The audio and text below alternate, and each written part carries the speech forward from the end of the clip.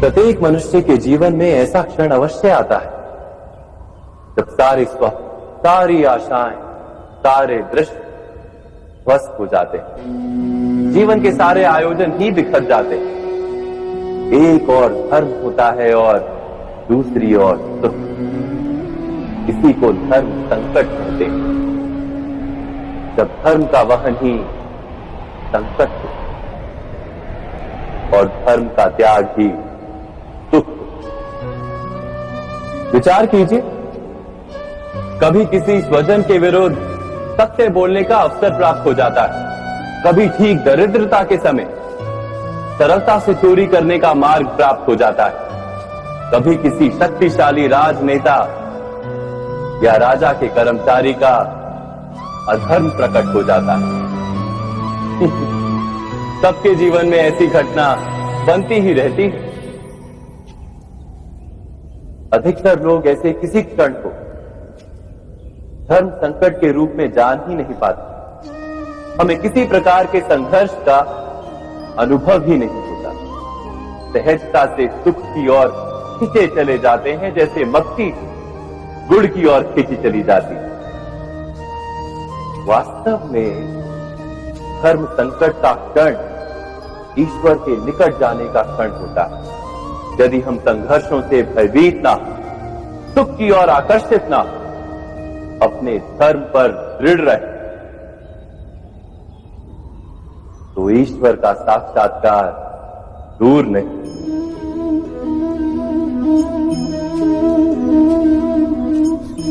पवन से युद्ध करने वाला पत्ता यदि पेड़ से गिरता है तो भी आकाश की ओर उठता है। पवन से झुकने वाली घास वही भूमि पर रह जाती है। अर्थात धर्म संकट से यदि हम संकट को ही टाल दें तो सुख तो मिलता है, जीवन बढ़ता है, किंतु क्या चरित्र नहीं टूटता? क्या आत्मा दरिद्र नहीं हो जाती?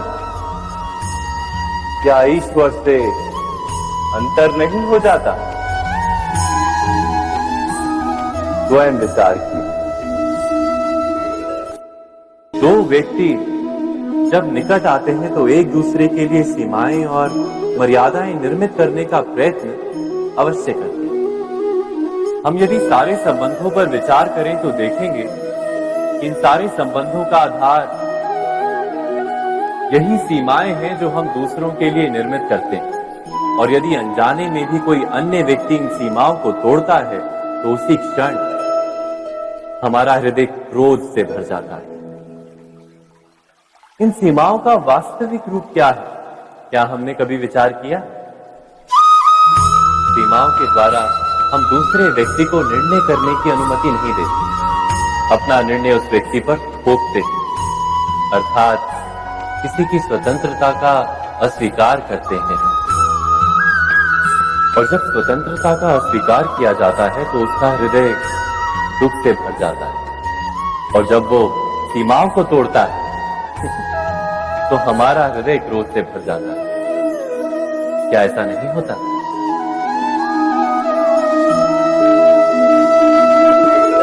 पर यदि एक दूसरे की स्वतंत्रता का सम्मान किया जाए तो किसी मर्यादाओं या सीमाओं की आवश्यकता ही नहीं होती। अर्थात जिस प्रकार स्वीकार किसी संबंध का देह है, क्या वैसे ही स्वतंत्रता किसी संबंध की आत्मा नहीं? स्वयं विचार कीजिए। सबके जीवन में ऐसा प्रसंग अवश्य आता है कि सत्य कहने का निश्चय होता है हृदय में, किंतु मुख से सत्य निकल नहीं पाता। कोई भय मन को घेर लेता है। किसी घटना अथवा प्रसंग के बारे में बात करना या फिर स्वयं से कोई भूल हो जाए उसके बारे में कुछ बोलना, क्या ये सत्य है? नहीं, ये तो केवल तथ्य है। अर्थात जैसा हुआ था वैसा केवल बोल देना सामान्य सी बात है। किंतु कभी कभी उस तथ्य को बोलते हुए भी भय लगता है। कदाचित किसी दूसरे की भावनाओं का विचार आता है मन, दूसरे को दुख होगा ये भय भी शब्दों को रोकता है। तो ये सत्य क्या है?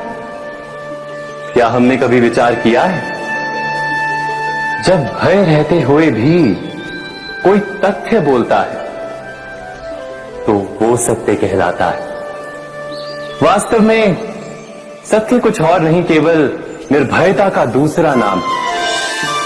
और निर्भय होने का कोई समय नहीं होता, क्योंकि निर्भयता आत्मा का स्वभाव है। अर्थात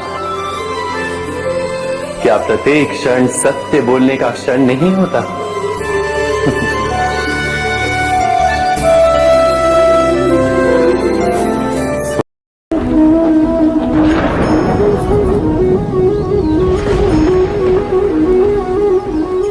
सपनों और पूर्वाभासों के आधार पर हम भविष्य के सुख दुख की कल्पना करते हैं। भविष्य के दुख का कारण दूर करने के लिए हम आज योजना बनाते हैं। किंतु कल के संकट को आज निर्मूल करने से हमें लाभ मिलता है या हानि पहुंचती है? ये प्रश्न हम कभी नहीं करते।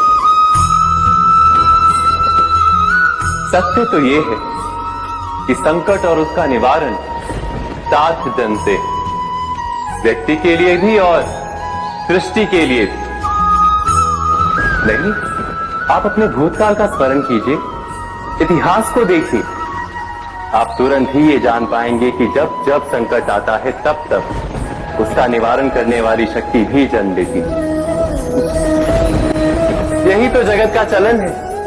वस्तुतः संकट ही शक्ति के जन्म का कारण है। प्रत्येक व्यक्ति जब संकट से निकलता है तो एक पद आगे बढ़ा होता है, अधिक चमकता है, आत्मविश्वास से अधिक भरा होता है, न केवल अपने लिए अपितु विश्व के लिए भी।